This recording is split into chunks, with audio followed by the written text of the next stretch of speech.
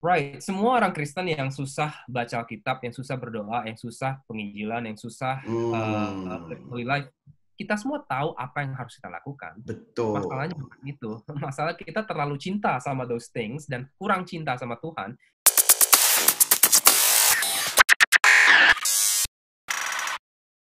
Hai everyone, greetings, selamat sore semuanya. Nama saya Michael Chris John dari Gibeon Church, Surabaya. Bersama dengan saya adalah Tezar Putra dari Covenant City Church, Jakarta. Ya, welcome Tezar, thank you for coming. We have a Thank you. excellent topic today, dan kita akan berbicara dan berbincang-bincang sesuatu yang sangat seru. The reason kenapa kita memilih topik ini karena kita suka lupa karena pada masa-masa seperti ini banyak sekali masalah karena bukan cuma hanya di Indonesia tetapi di seluruh dunia ya Tesar ya. Do you feel it like Iya, that? betul. How long you been Kerasa stuck in banget. ya? Berapa lama Ini kamu udah udah di dunia? 9-8-9 minggu ya, kira-kira ya. Wow, ya di Iya, Jakarta lebih lama daripada di Surabaya ya. iya mungkin. Um, Surabaya mulai kapan? Kira-kira 2-3 minggu yang lalu ya. Jadi udah kira-kira, well, no. Actually we stuck online service kira-kira udah 7 minggu. Ini minggu yang Wow. ke-8 ya. So kalian 1 minggu lebih awal daripada kita. Ya, Nah di tengah-tengah masalah-masalah ini kita suka sekali seringkali kadang-kadang suntuk, kadang-kadang kita discourage, kadang-kadang kita depresi. Bukan kadang-kadang, saya rasa semua orang seperti itu. Ada yang kehilangan pekerjaan, iya. ada yang bermasalah di dalam keluarganya, dan ada yang suicidal. Itulah sebabnya hari ini kita bawa topik ini. Why do we need to see Jesus every day di Iya, dalam kehidupan betul. kita? Tapi sebelumnya saya mau kenalan sedikit supaya para pemirsa dan teman-teman kita yang nonton bukan cuma hanya dari Gibeon Church, saya rasa juga anak-anak CCC juga nonton. Hi everyone in CCC, I wanna nice to know you too. Saya ingin kenal sedikit. Can you tell Ya. me about you, Tezar? Iya, jadi nama aku Tezar Putra, teaching pastor di Covenant City Church di Jakarta. Hmm. Covenant City Church itu church plant yang lumayan baru ya. Kita mulai sudah mungkin 3,5 tahun, hampir 4 tahun di sini. Wow. Dan Ya, kita juga bagian dari City to City Network. ya, Itu koneksi kita ya, Mike ya. Kita ya, kita ya. barengan kenal dari situ.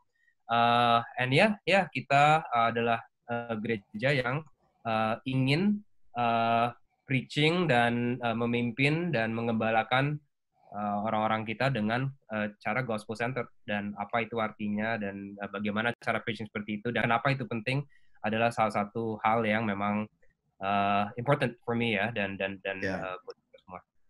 Saya ngelihat kamu ngomong bahasa Indonesianya agak sedikit nggak biasa. Jadi setiap minggu Ya, saya bahasanya bahasa Inggris ya, gereja Covenant City Church ya ya, kita preach in English ya. in English.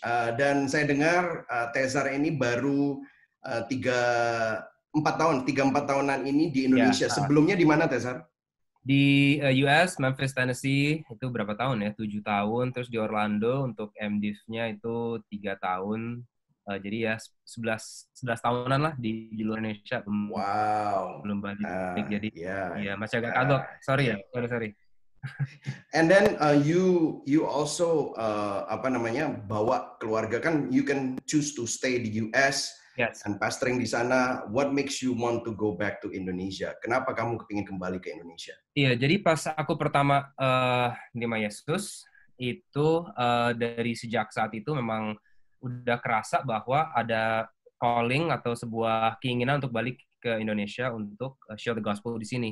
Dan yang awalnya mau campus ministry di sini itu menjadi mau church planting, itu sudah dari awal terima Yesus ya, mau seperti itu. Jadi Wow. ya, jadi aku decide untuk MDiv, dan juga my wife Tatiana once pas kita married, dan sebelum dating even, aku udah bilang sama dia bahwa kalau kita married kita eventually hopefully bakal balik ke Indonesia, dan memang directionnya sudah itu dari kapan ya, 10 tahun yang lalu, sejak Wow. ya 9 tahun Jadi yang lalu. kamu udah tahu bakal pulang Indonesia bahkan sebelum kamu menikah ya?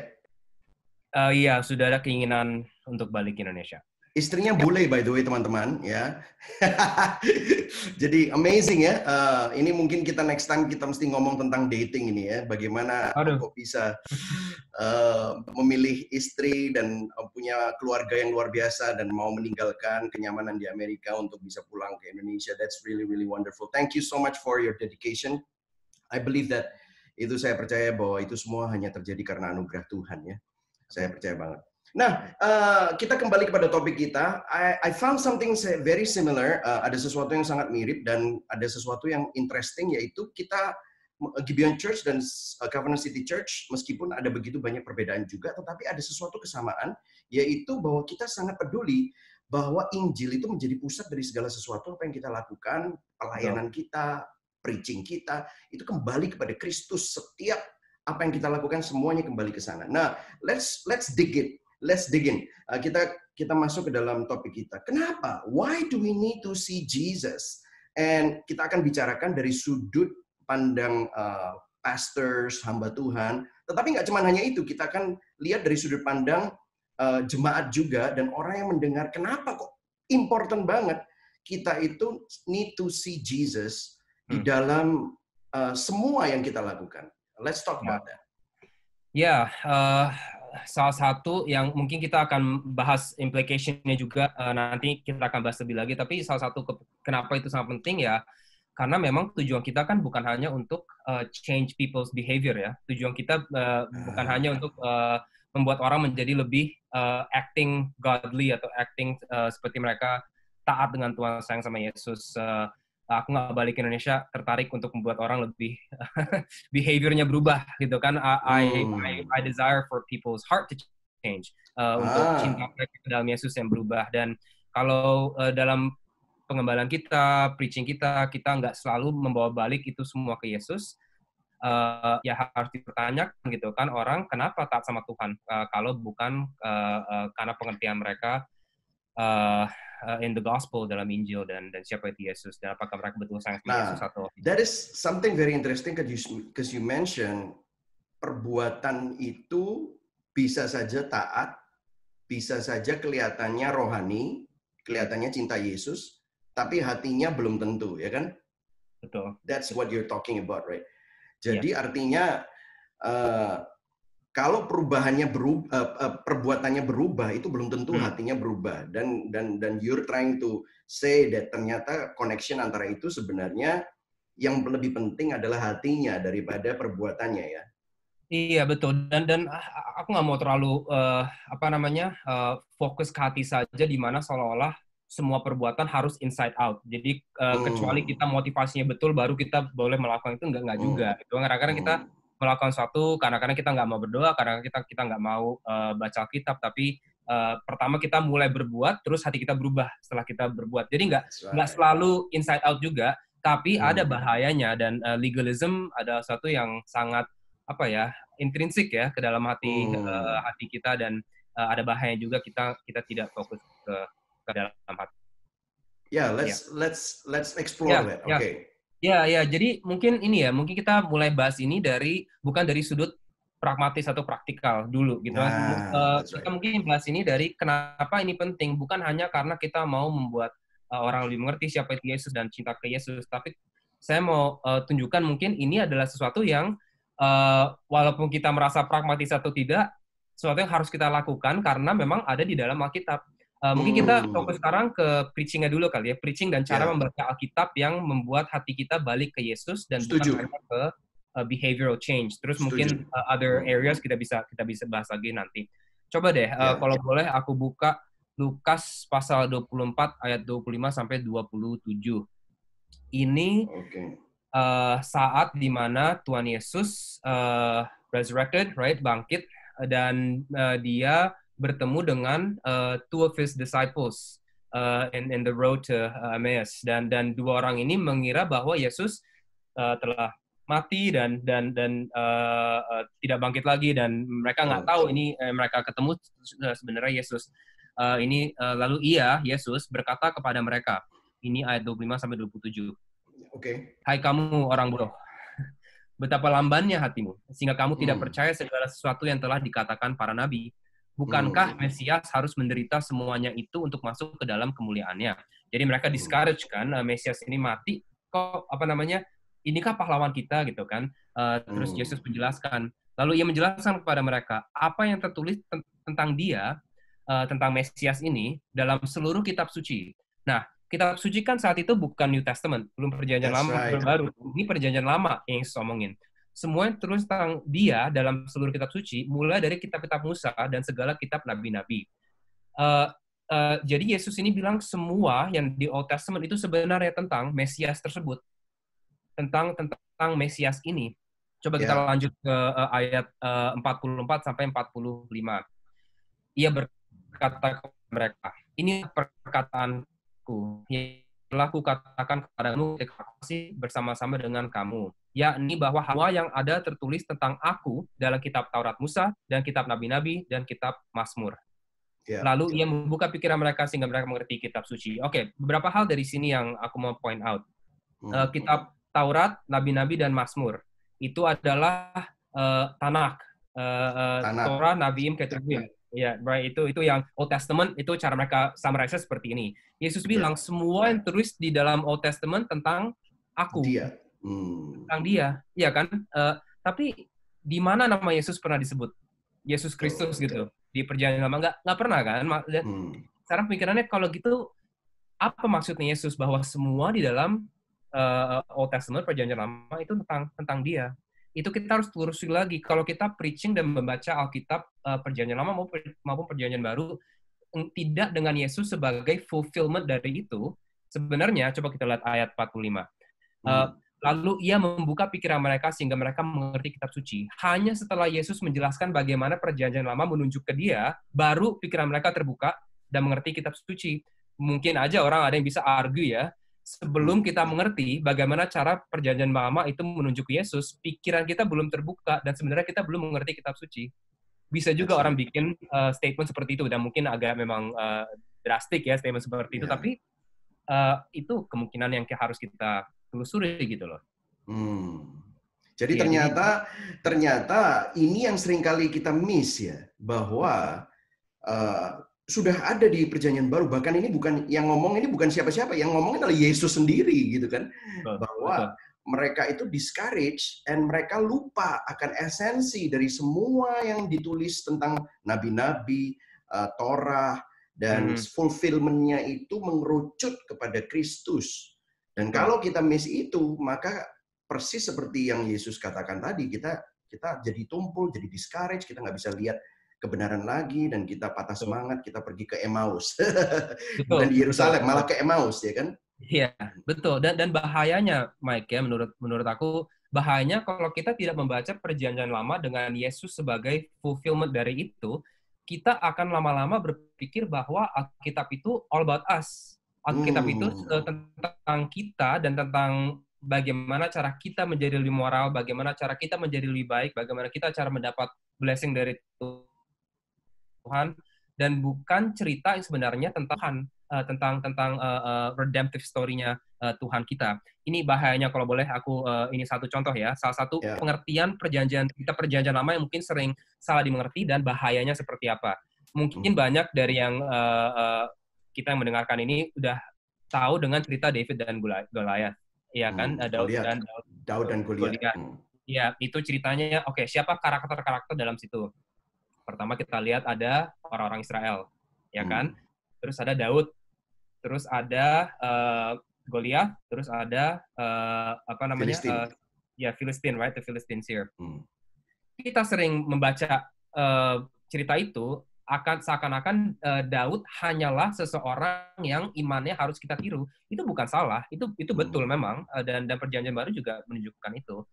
Cuman kita sering pengertiannya begini, Daud adalah kita, dan Goliath adalah masalah kita. Iya, masalah kita. Coba, apa sih Mike kira-kira masalah-masalah kita yang sering kita lakukan di dalam contoh ini? Masalah keuangan, penyakit, atau mungkin seseorang, musuh kita yang kita sekarang sedang mensabotase kita. Mungkin mertua kita, atau siapalah, saya nggak tahu. Iya.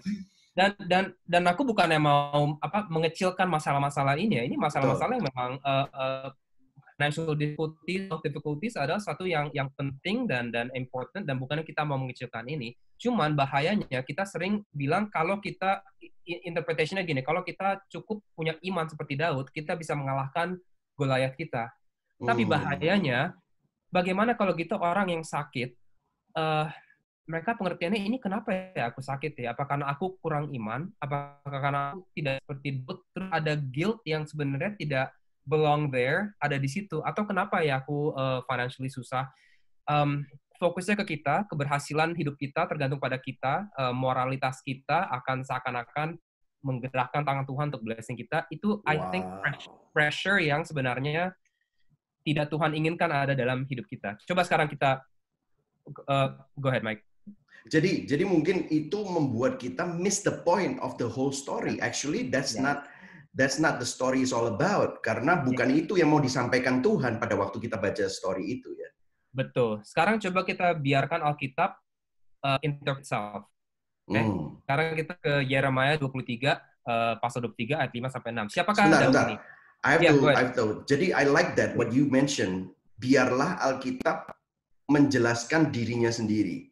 Betul. Jadi seringkali problemnya adalah kita berusaha menjelaskan Alkitab dengan interpretasi kita tanpa mereferensikan interpretasi kita itu kembali kepada Alkitab itu sendiri. Kita harus let the Bible, biarlah Alkitab menjelaskan Alkitab, kan gitu kan ya? Iya, betul. That's good. Dan sering kalau reaksi kita, kalau misalnya kita interpret cerita ini ya kita adalah Daud, begitu kan? Tapi coba kita lihat yang Alkitab bilang siapa Daud itu siapa gitu ya, Yeremia 23, 5 sampai 6. Ini di Perjanjian Lama dan ini adalah firman Tuhan. Sesungguhnya waktunya akan datang, demikianlah firman Tuhan, bahwa aku akan menumbuhkan tunas adil bagi Daud. Jadi akan ada sebuah keturunan Daud, tunas adil bagi Daud. Keturunan Daud ini, ia akan memerintah sebagai raja yang bijaksana dan akan melakukan keadilan dan kebenaran di negeri. Dalam zamannya, Yehuda akan dibebaskan, ini orang-orang God's people ya, dan Israel akan hidup dengan tentram, dan inilah namanya yang diberikan orang kepadanya, Tuhan keadilan kita, atau Tuhan our righteousness. Jadi, Raja Daud bukanlah raja yang sesungguhnya. Akan ada dari keturunan Daud seorang raja yang akan menjadi our righteousness, yang akan melead kita.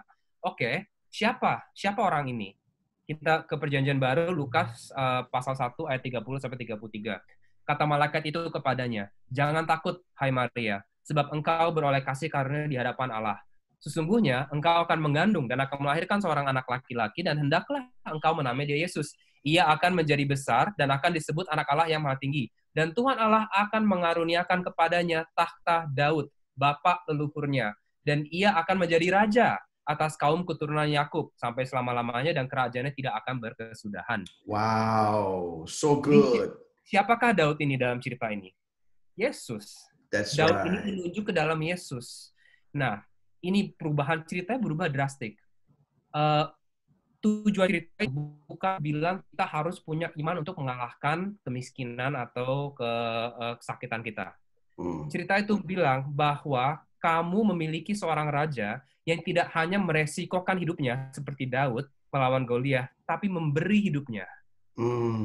Dan mengalahkan your enemy, giant yang tidak bisa dikalahkan yang dengan kekuatan kita sendiri. Apakah musuh kita sebenarnya? Dosa. Dosa kita di dalam tangan Tuhan adil dan righteous dan holy.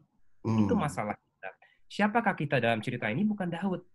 Kita Israel di belakang yang takut, yang nggak punya hope, kecuali kita mempunyai sebuah shepherd king yang memberikan dirinya, hidupnya untuk kita. Hanya setelah shepherd itu menang, baru kita maju. Itu tujuannya. Dan itulah kita cara interpret the Bible, I think that way yang lebih Alkitabiah. And when I hear this, waktu saya mendengar hal-hal seperti ini, itu sebenarnya there's a sense of relief and then there's sense of good news. Wow, kabar baik yang luar biasa sekali, karena tiba-tiba the pressure is off. It's not me yang harus seperti Daud. Ternyata aku tuh nggak mampu. Aku tuh pengecut seperti bangsa Israel yang nggak berani saat itu. Pada ketakutan kan mereka semua, karena terancam oleh ini semua. Dan nggak bisa keluar lagi dari sana. Dan Daud itu adalah depiction ya, gambar dan bayangan dari Kristus. Wow, this is so good. Jadi kan So good. penafsirannya berubah kan. Jadi bukan Hmm. aku harus punya iman bahwa Tuhan bisa mengalahkan masalahku. Dan karena itu aku tak bukan itu, tapi aku punya iman bahwa Tuhan dalam Yesus telah mati untuk mengalahkan my biggest enemy, dan karena itu aku bisa obedient, dan karena itu aku bisa maju dan ke depan. Bukan not in order to be saved, but because you have been saved. It's a totally different understanding. Bukan supaya kita itu menerima kemenangan, tetapi karena ada yang sudah menang bagi kita. Ada seseorang yang sudah menang bagi kita, karena itu di dalam masalah-masalah kita tidak lagi berusaha dengan kekuatan kita sendiri ya, tiba-tiba ya. Wow, so good. This is such an enlightening. Nah, what happened kalau misalnya kita ngomongin aja langsung aja dalam cerita ini aja. Yeah. What happened kalau orang tadi itu sebelumnya kan dia melihat yang salah nih, bukan yang salah lah ya, maksudnya hanya melihat separuh, nggak the whole, hanya melihat New Testament sebagai jawaban dari masalahnya. And then what happened after dia melihat ini? Ada perbedaannya ya? Gimana itu? Coba kita lihat gitu. I think so, I hope so gitu kan. Yang satu ini mungkin salah satu perbedaannya adalah ketaatan ke Tuhan itu seolah-olah timbal balik kalau aku melakukan kayak transaksi gitu loh. Kalau aku punya iman, bahwa aku akan sukses, baru Tuhan akan give me sukses. Atau kalau aku melakukan apa yang ada kayak Tuhan jadi kayak mungkin bahayanya. One of the dangers adalah Tuhan bisa menjadi seorang business partner gitu kan. Kalau aku punya iman yang banyak, kalau aku melakukan A, B, C, D, yang menyatakan imanku kepada Tuhan, Tuhan akan mengalahkan Goliatku gitu kan. Tapi kalau kita interpret that story seperti yang Alkitab interpreted bahwa Daud itu adalah Tuhan Yesus dan kemenangan telah kita.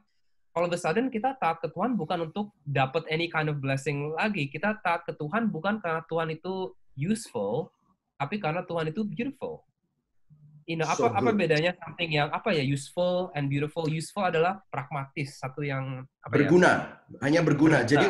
Jadi kita menggunakan Tuhan bukan menjadikan dia Tuhan, tetapi dia hanya berguna buat kita karena dia melakukan sesuatu untuk kita. So basically, he's not even a business partner. He's more like our assistant. Sure, ya kayaknya bisa masuk menjerumus ke dalam situ. Bedanya seseorang yang berguna dengan seseorang yang indah mungkin ya, yang beautiful. Bedanya kalau seseorang berguna untuk kamu atau untuk kita, mereka adalah stepping stone untuk mendapatkan sesuatu hal yang lain. Tapi kalau seseorang itu beautiful, indah buat kita, mereka no longer become stepping stone, tapi mereka menjadi end goal-nya sendiri. Mereka adalah end goal-nya. Kenapa kita suka dengerin musik? Musik nggak bayar my rent. Musik nggak bantu taruh makanan on my table. Musik nggak. Kenapa listen to music? Ya karena indah. Music is the end goal, bukan stepping stone untuk apakah Tuhan sudah menjadi indah dalam hidup kita, atau dia hanya seseorang atau sesuatu yang berguna supaya kita mendapatkan hal lain. Dan di luar Injil, di luar message bahwa dia telah menaklukkan musuh kita, kemenangan kita telah diraih, dia nggak akan menjadi indah. Dia selalu akan menjadi a stepping stone buat kita. This is so enlightening, karena begini ya, seringkali kita itu ini bedanya karena kamu akan selalu menaruh dirimu, saya dan Anda, dan kita punya kecenderungan ini mungkin kita masuk dalam implikasi kalau kita nggak melihat Yesus ya. Implikasinya adalah kita yang jadi porosnya, bukan lagi Tuhan. Me center, is all about me. Meskipun kelihatannya kita ini melakukan sesuatu yang rohani. Kelihatannya kita ke gereja, kita dengerin firman, kita memberi persembahan, kita melakukan pelayanan. But that's not necessarily for God. It's for me, my benefit. Itu yang bahayanya di situ ya. Iya, dan capek kan? Betul. Capek, hidup seperti itu capek. Kalau kita berhasil, kita merasa bangga diri dan merasa kuat. Kalau kita nggak berhasil, kita merasa putus asa dan lemah, dan our spirituality menjadi seperti roller coaster yang up and down, dan nggak ada bedanya dengan other thoughts out there gitu kan, tentang siapa Tuhan dan bagaimana cara kita ke Tuhan. Filosofi-filosofi yang ada di dunia sudah kayak gitu ya, tidak menjadi jawaban buat kita. Apa bedanya kekristenan dengan mereka ya? Kalau seperti itu, karena it's all up to us, kembali all up to us. Wow, pemirsa, ini we have to pause a little bit, you know. Ini implikasinya tadi jelas banget. Kalau sampai kita itu berhasil seakan-akan, padahal belum tentu ya, itu sebetulnya nggak berhasil, cuman ada ilusi bahwa berhasil, maka kamu akan sombong. Tapi waktu kamu gagal, kamu akan beat yourself up, merasa terkondem, merasa aduh mungkin aku nggak bisa tuh kayak Tezar gitu, atau mungkin nggak bisa kayak orang-orang yang kudus gitu, hebat banget mereka ya. Jadi itu yang membuat mereka akhirnya merasa putus asa, sehingga dua ini manifestasinya ada ya, banyak sekali orang yang kecewa sama Tuhan, tapi banyak sekali yang orang kelihatannya rohani tapi sombong banget ya. Sombong banget gitu. Jadi maksudnya, wow, I've been doing this, you know, it's all about because of my prayer, it's all because of, you know, what I do and what I, you know, wow, so good. Dan juga banyak yang mungkin khawatir kalau kita interpret scripture seperti ini, itu implikasinya adalah Tuhan kok jadi kayaknya standar dia rendah banget ya, kayak gampang banget gitu kan untuk diterima oleh dia, dan kok dia nggak menjadi this God yang holy dan big.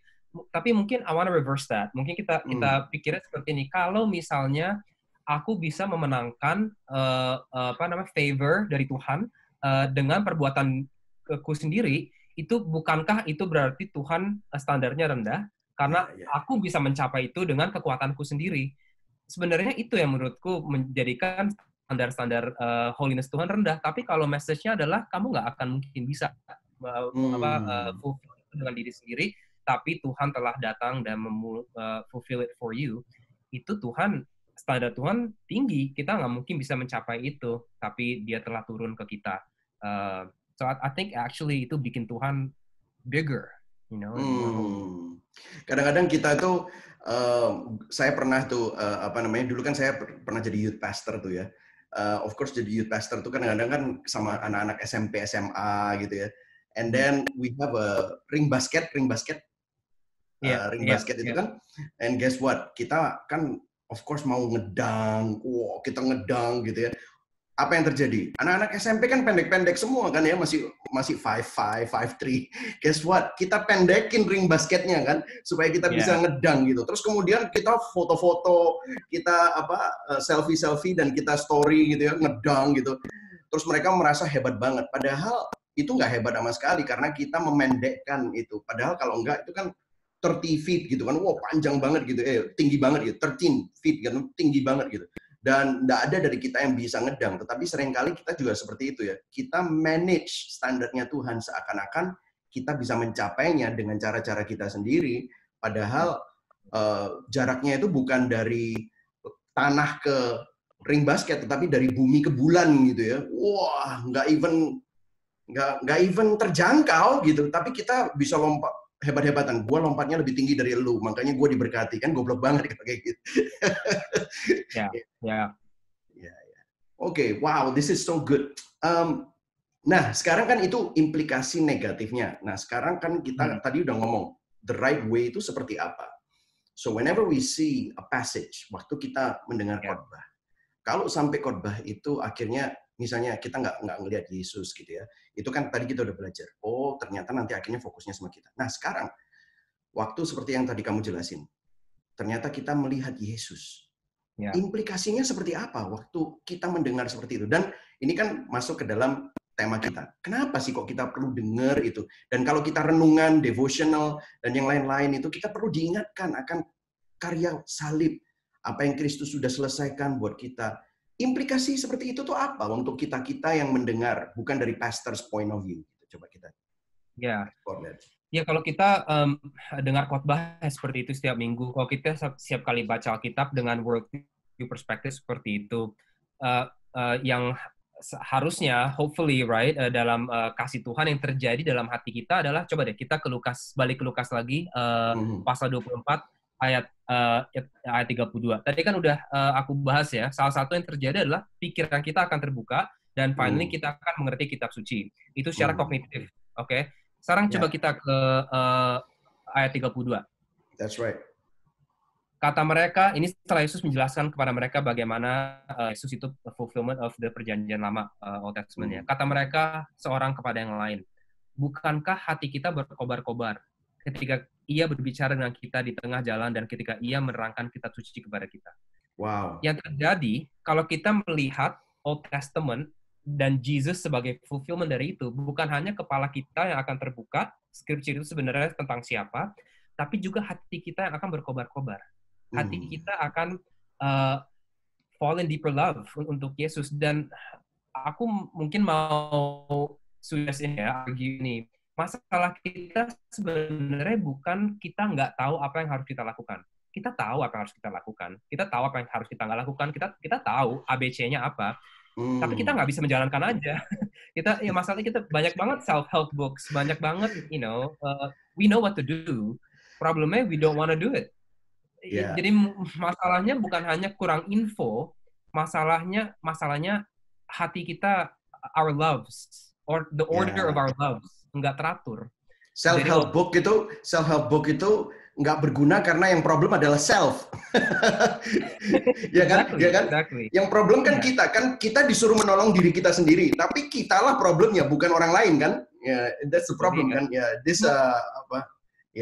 oksimoron. Right, semua orang Kristen yang susah baca Alkitab, yang susah berdoa, yang susah penginjilan, yang susah holy life, kita semua tahu apa yang harus kita lakukan. Betul. Masalahnya bukan itu. Masalah kita terlalu cinta sama those things dan kurang cinta sama Tuhan, di mana hal-hal yang harus kita lakukan kita nggak lakukan. Jadi we're not brains on a stick, we're kita full human beings, hati. So I think kata what Jesus saying here adalah kalau kita mengerti perjanjian lama dengan Yesus sebagai fulfillment, ya bukan hanya hati kita terbuka, tapi hati kita juga akan berkobar-kobar untuk Yesus, dan finally our loves bakal teratur lagi. I like that. Karena kamu tadi ngomong our hearts itu out of orders, ya kan? Tadi kamu bilang gitu kan, ordernya kacau. Karena dosa, even tataan ciptaan juga kacau kan? Kita menyembah ciptaan, bukan lagi menyembah pencipta. We're no longer worshiping creator, we worship creation. And even creation itself, ada binatang buas, ada virus. Apa yang kita alami ini sekarang semua adalah dampak dari dosa. Dunia yang sedang menuju kepada kebinasaan ya. Tetapi waktu kita melihat Kristus, which is the fulfillment, hati kita is reordered ya. Itu tadi kamu tadi mention itu. Wow, so good. Karena hati kita tuh di reorder. Karena saya jadi ingat nih, Yesus kan pernah bilang begini kan, kalau kamu mau mengikut aku, kamu harus membenci istrimu, suamimu, anakmu laki-laki, terus bahkan nyawamu sendiri. Gimana kita melakukan itu? Masa istri kita dibenci? I guess ini berbicara tentang yang tadi kamu bicarakan ya. Karena your heart is out of order. Makanya kamu kacau balau, kamu lebih mencintai hal-hal yang mestinya itu adalah berkat dan a gift from God. You love the gift more than the giver. Itu ya maksudnya ya. Nah, waktu kita melihat Yesus, ini yang ditata ulang. Apa yang terjadi? Waktu ditata ulang, apa yang terjadi? What's happening in our heart? Maybe we can talk about it a little bit. I think mungkin salah satu hal yang terjadi adalah kita mulai sadar hal-hal yang sebelumnya kita tidak tahu adalah sebuah dosa. Kita jadi sadar ini sebenarnya dosa. Walaupun hal-hal yang spiritual. Setiap kali aku sebelum preaching Sunday morning, aku selalu doa ke Tuhan, Father forgive me, I'm about to sin. dalam pengertian nggak mungkin aku naik ke pulpit itu dan dikasih mic dan ada lebih dari 200-300 orang dengerin aku dan ada spotlight, nggak mungkin bangga dirinya nggak naik. Nggak mungkin nggak ada sesuatu dalam hatiku yang mulai mencintai this glory, this spotlight now, dan lebih mementingkan itu daripada mementingkan kemuliaan Yesus. mungkin hal-hal yang berubah adalah mungkin hal-hal yang sifatnya spiritual atau godly bisa saja menjadi idol, bisa saja menjadi sesuatu yang kita cintai lebih dari Yesus. Pelayanan pun itu sendiri, iya kan? I think yang berubah adalah cara kita melihat apa yang dosa, apa yang nggak dosa. Bukan, minum, merokok, drugs dosa, pelayanan, memberi uang ini bukan dosa. Nggak juga gitu kan. Kadang-kadang I think itu salah satu yang a big thing yang change. And for me, kalau aku dengerin kayak gitu tuh, hati kita tuh begitu mengerikan ya. Our heart is so scary. Makanya saya suka sekali lagu Come Thou Found itu ya. Let your grace be a fetter, let your love be a fetter to our hearts. Karena hati kita tuh begitu prone to wonder, begitu mudah untuk. Padahal kita udah diterima, diampuni, dikasihi, ditebus, tapi masih bisa lupa, sombong. I guess ini kembali kepada topik kita. This is why we need to hear and see Jesus every single day. Karena kalau enggak, hati kita tuh begitu mudah untuk melenceng gitu ya. I guess kalau kita kembali kepada kenapa kok Yesus tadi Yesus ngomong membenci istri, anak itu. I guess kalau kita mencintai Yesus, kasih kita kepada istri, kepada anak, kepada berkat, kepada pelayanan itu ada di tempat yang benar ya. Is that what you know? I think so, yes. Karena tujuannya bukan untuk membenci hal-hal itu kan. Exactly ya. Petrus First Peter 1 Petrus ya. Pasal 5 itu tentang bagaimana cara seorang suami Kristen menyayangi istri yang nggak Kristen, atau bagaimana cara istri Kristen menyayangi suaminya yang nggak Kristen. Jadi bukannya kita harus, kalau mereka nggak Kristen kita benci mereka, nggak juga. Cuman I think pengertiannya adalah kadang-kadang sometimes when we love something, kita nggak mencintai. Kalau misalkan anakku menjadi Tuhanku. Anakku Elena umur 3 tahun, behavior-nya dia, kepintaran dia, grade-nya dia, sekolahnya dia lah, semua itu menjadi my idol gitu ya, harus naik, harus tinggi, harus ini. Dalam pengertian kesuksesan dia adalah identitas diriku sendiri. Wow. Itu bukan sayang dia, sebenarnya itu sayang diri sendiri. Itu aku mau memuliakan diri sendiri dalam pengertian so much pressure will be on her untuk perform karena I want to look good, gitu kan. Dan itu sepertinya aku cinta dia, aku sayang dia, tapi karena dia menjadi tuanku, dia anakku Elena akan lama-lama harus mengangkat beban yang no human being bisa angkat on their own, gitu kan. Itu bukan cinta, itu bukan love. So I can't really love something dengan benar kecuali Tuhan ada di atas mereka. Karena kalau mereka menjadi Tuhanku, I will crush them, and aku akan disappoint myself juga karena mereka nggak bisa dekat ke situ. It's like it's like a double-edged sword ya, benar-benar menghancurkan kita sih, benar-benar. Ya, karena mereka bukan Tuhan, mereka adalah ciptaan. They're not the creator, they're just the creation. That's right. So good, so good. And inilah yang terjadi di dalam kehidupan banyak orang, sehingga akhirnya mereka tuh berputar-putar ya. Mereka nggak bisa keluar kayak lingkaran setan. Mereka tuh nggak bisa keluar dari masalah mereka karena mereka putar-putar di sini terus. Dan mereka wondering why Christianity has not become something that is more than just on Sunday or more than just religion. Kayaknya nggak ada jalan keluar. Padahal mereka tahu bahwa Yesus sudah menyelesaikan ini, mati di kayu salib, tetapi kayaknya nggak personal kepada mereka karena mereka nggak melihat ini implikasinya dalam hidup mereka ya, gitu ya. Yeah. That's so good. That's so good. So we see the danger, we see the benefits. Nah sekarang I don't know, we might have probably 5-10 minutes here, and then maybe we can continue. Nanti kita bisa teruskan untuk minggu depan kita bicara tentang how ya. What is the right way? Oh mungkin kamu ada sesuatu, you know? No, you tadi freeze screen-nya, sorry. Oh, okay. Maybe we can talk about this maybe minggu depan lebih lagi. Tetapi maybe I want to ask you maybe short before we end here. What do you think? How? Bagaimana? Kan gini. Sekarang kan kita udah ngerti nih. Oh, okay. So wow, the Bible is all about Jesus. And And the reason why there is power in Jesus, and the reason bagaimana hati kita berubah, bagaimana Tuhan mengubah order, menata ulang hati kita, kan itu kan, itu adalah through the gospel.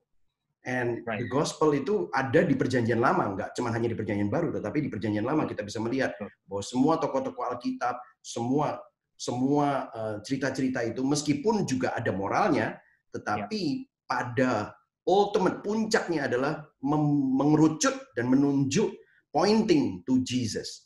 And waktu kita melihat itu, seperti tadi di Lukas 24, seperti orang Emmaus, kedua murid Yesus itu, pikiran mereka terbuka, mata mereka terbuka, hati mereka berkobar-kobar. Nah, sekarang bagaimana kita melakukannya di dalam kehidupan kita, dan juga mungkin untuk para pastors, untuk mulai berpikir ulang, memikirkan ulang bagaimana kita mengubah cara pelayanan kita, khotbah kita, dan juga untuk para jemaat, untuk mulai mendengar hal-hal yang Christ-centered, gospel-centered. Coba kita explore. Oke. Ya, mungkin kita bahas dari perjanjian lama dulu kali ya, karena itu mungkin yang lebih susah untuk di ini perjanjian baru. The Gospels, Matthew, Mark, Luke, John itu pasti mengenai Yesus, dan episode setelah itu juga menunjuk ke Yesus. Itu mungkin kita ngerti. Cuma perjanjian lama nih yang agak bingung gimana caranya. Iya, betul.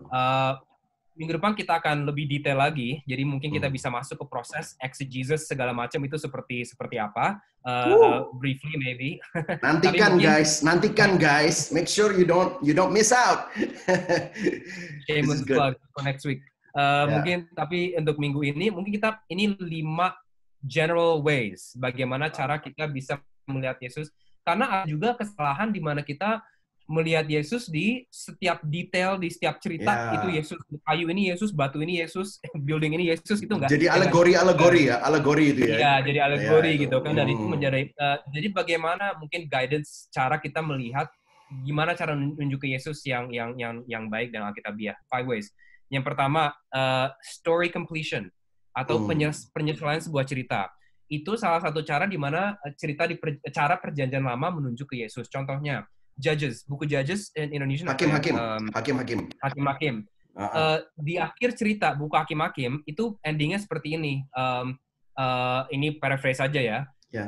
Di akhir hari tidak ada raja yang rule over Israel, dan semua orang berbuat semaunya sendiri. Udah, itu berhenti di situ. Itu orang baca itu kan, ini kok kayaknya ganjel banget ya. Kayak belum habis gitu cerita kan, masa ini sih endingnya gitu kan. Kadang-kadang gantung gitu di perjanjian lama, kadang-kadang Tuhan akan melakukan hal-hal seperti itu di mana hati kita menunjuk ke Yesus. Oke, memang untuk sekarang raja sebenarnya belum ada. Nah, itu menunjuk ke Daud, betul ya. Tapi kan seperti kita bahas tadi, itu sebenarnya menunjuk ke Kristus. Jadi story completion, penyelesaian cerita adalah satu cara di mana perjanjian lama menunjuk ke Yesus. Another way adalah prototype atau antitype.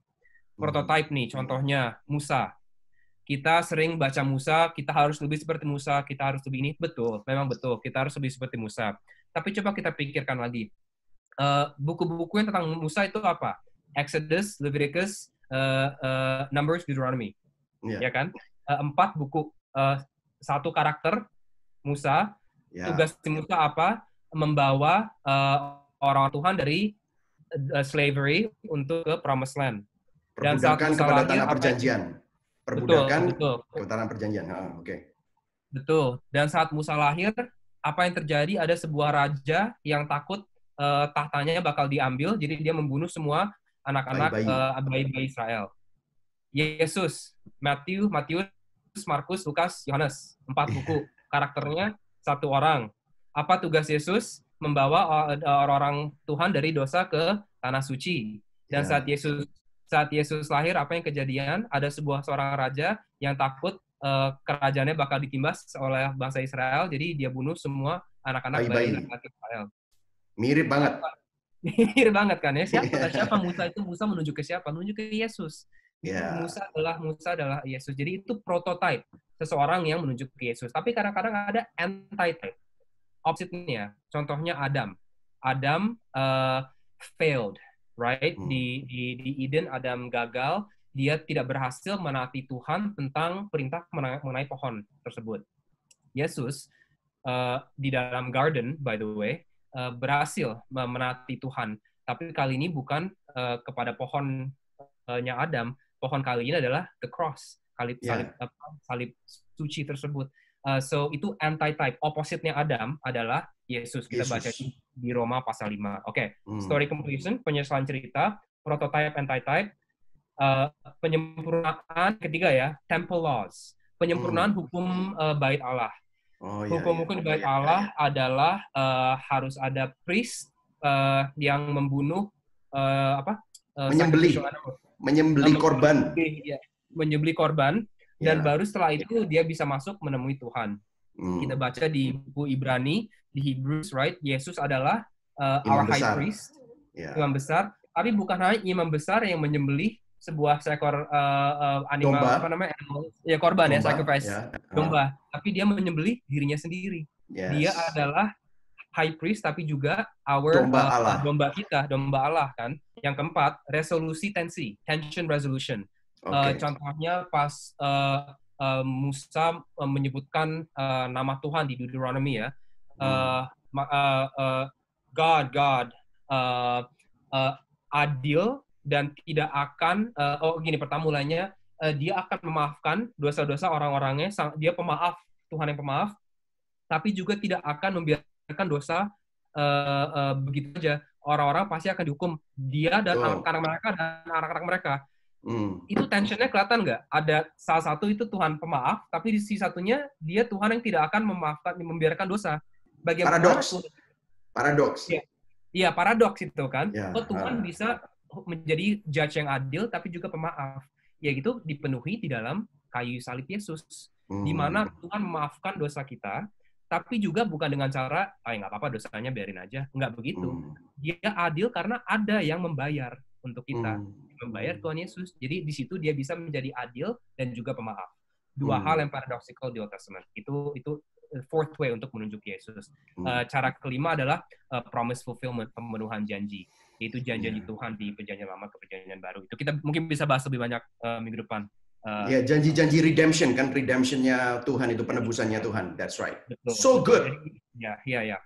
So, anyways, itu mungkin cara preacher bisa melihat Old Testament text menuju ke Yesus, dan kita pas baca kitab dengan diri kita sendiri juga bertanya itu gitu loh. Ini gimana cara, bukan hanya apa yang saya harus contohi, tapi bagaimana cara saya melihat Yesus dari sini.